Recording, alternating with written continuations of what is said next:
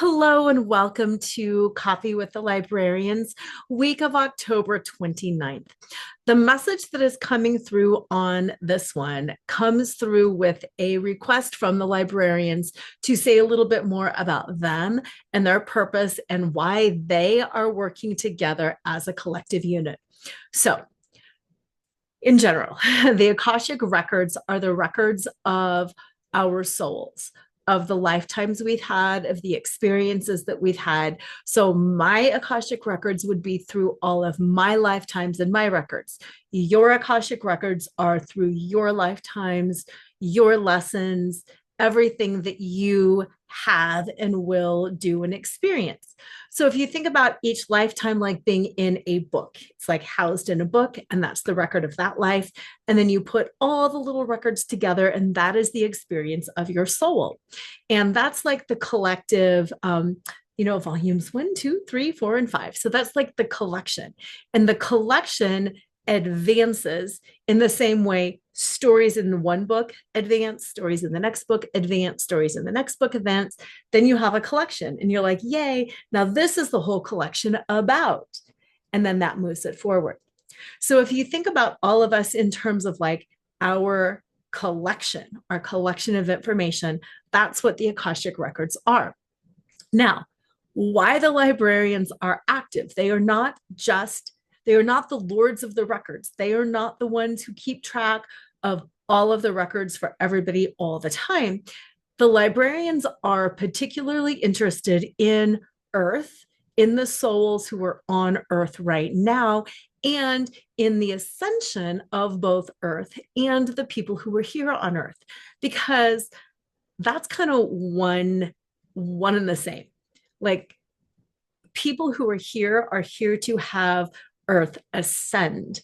So why they care is they are the librarians of the records of the people who are on Earth right now, focused on this incarnation, this chapter, this volume, this chapter in this volume, because the whole collection is like, hey, let's move Earth forward. So in order to move Earth forward, let's look at that little individual volume of you right now. Let's pull some of this wisdom from the past. Make sure you don't make any of those mistakes. Make sure you don't get stuck or sucked in on anything like that, so you can keep the story moving forward.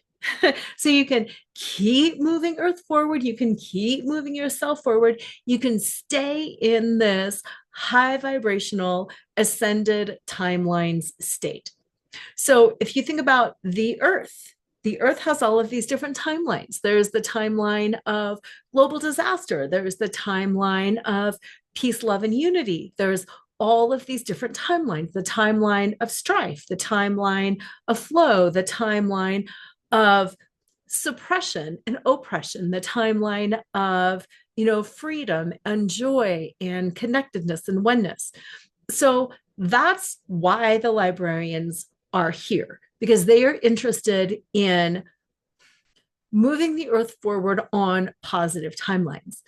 And for lack of a better word, getting rid of some of those lower scenarios that produce division and hate and animosity and separation and pain and suffering and all of that stuff.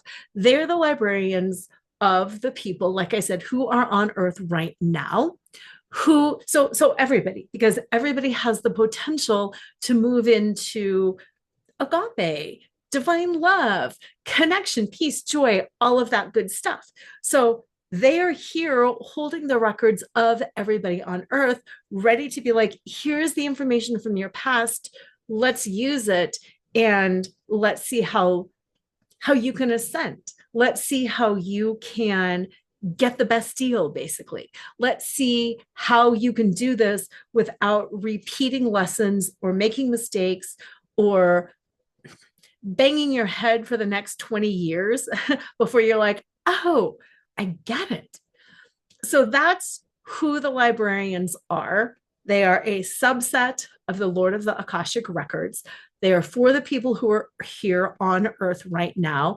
They care because it is such a critical time in the advancement of Earth's ascension and all of our awareness opening up of our psychic gifts, opening up of our energies, our abilities to heal, our abilities to co-create, manifest, create love, create unity, create peace, to take all of those lessons from the past, and instead of looking backwards and being like, oh, this is really, really bad, pivoting and looking forward and creating.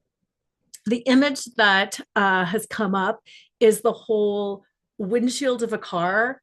That's bigger because that's where you should be looking.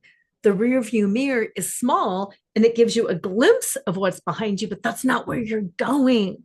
So that's not where you should be focusing. It's on focusing out the windshield because it's big, little tiny rear view mirror doesn't matter so much. So that's what the librarians are here to do. They are here to help us remember which way we're looking, and it's ahead, it's not behind us.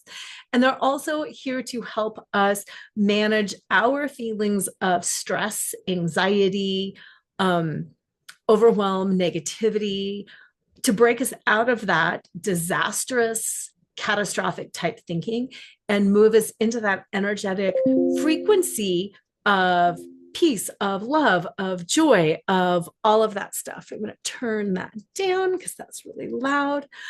So that's who they are and why they're here and why they care. So with that, let's move in.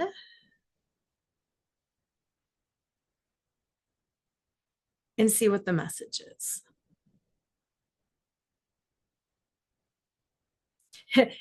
It's not that it's a hard time connecting or coming in. They just keep championing some of the things that I was saying because they were helping me in that explanation.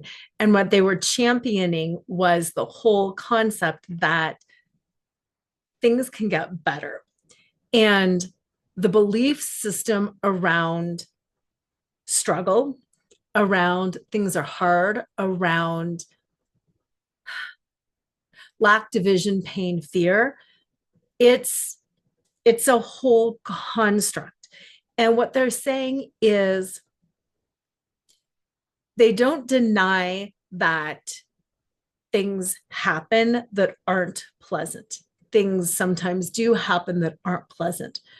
What they really want us to focus on, however, is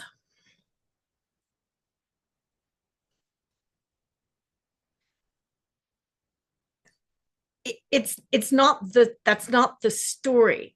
That's not real. It truly is the exception.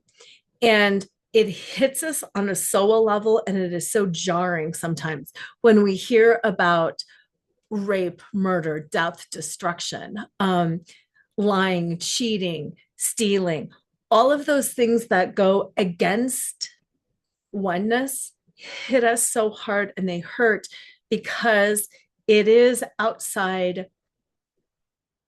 It's not outside the realm of humanity. It is in the realm of humanity. It's outside the realm of no.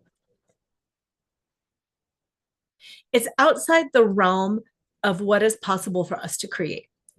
And when we hear that, when we feel that, it strikes a chord of fear in us that we sometimes enjoy playing over and over because we think we are trying to desensitize ourselves. So the reason we like news, the reason we like violent TV shows or movies or death and destruction is because on a subconscious level, we have this belief, oh, that makes sense, that I can desensitize myself. If I watch this news and I see it enough, and if I watch this TV show and I see it enough, if it happens in my life, it won't impact me the way that I am terrified that it will impact me. And it'll be easier for me to handle. So I'm just going to I'm going to watch all this news and I'm going to sensitize myself to reality. I'm going to be in reality and I'm going to lean into this because that way, if it happens to me, I won't be hurt. It's a protective measure. Watching the news is a protective measure. All of those things are protective measures. And what they caution against is it's actually not a protective measure. It dims your light. It dims your ability to handle things in the future. You want to stay as fresh and as vibrant as possible. So, I mean, especially now, always, but especially now, don't watch the negative things. If people want to be telling you about all the bad things that are happening, don't let them. If you're watching, whether it's news or a program or reading something, and it's about all the bad things that are happening, just stop. It is not, that is living in the rear view mirror. And just like living in the rear view mirror, you will crash when you are focusing on what is not moving into the future. The desensitization won't help. If somebody you loves dies or gets hurt, or you're betrayed or cheated or whatever it is, it's going to hurt. It's going to hurt regardless. And if you have stronger life force and a clear path forward, that's what's going to help you, not desensitizing yourself to pain. So stop with the media. Stop, whether it's social, TV, books, music. Oh, that's interesting. Music, negative music. Stop that. It's not desensitizing you. It is pulling all of your focus to the rearview mirror, which is pulling you towards the past, when all of your energy and your focus should be towards the future. Hilarious, hilarious, hilarious. The vision that they're giving me, the words they're telling me, is everybody talks about birthing a new future. And we want to birth a new future. And here we are, and we're going to birth a new future. And they say, just like with birth, when you're giving birth, you're looking towards what's going to happen. I'm going to birth this baby. You're not in the pain in the moment. You're not, if you stay there, it's going to hurt worse, and you're going to get lost in it, and you're going to lose your mind. Natural childbirth here, it was not fun. You're focusing on do it for the baby, do it for the baby, do it for the baby. You have to focus on the outcome. If you were to look back at trimester 1, if you were to look back on planning for the pregnancy, none of that helps. None of that helps at all.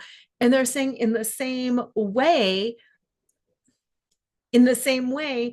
watching other people give birth and hearing other people's stories doesn't desensitize you to the pain when you're going through it.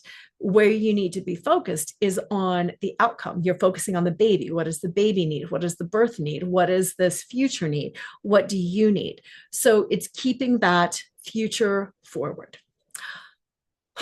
That was a lot. Have a really great week, and I will look forward to seeing you next week. Bye.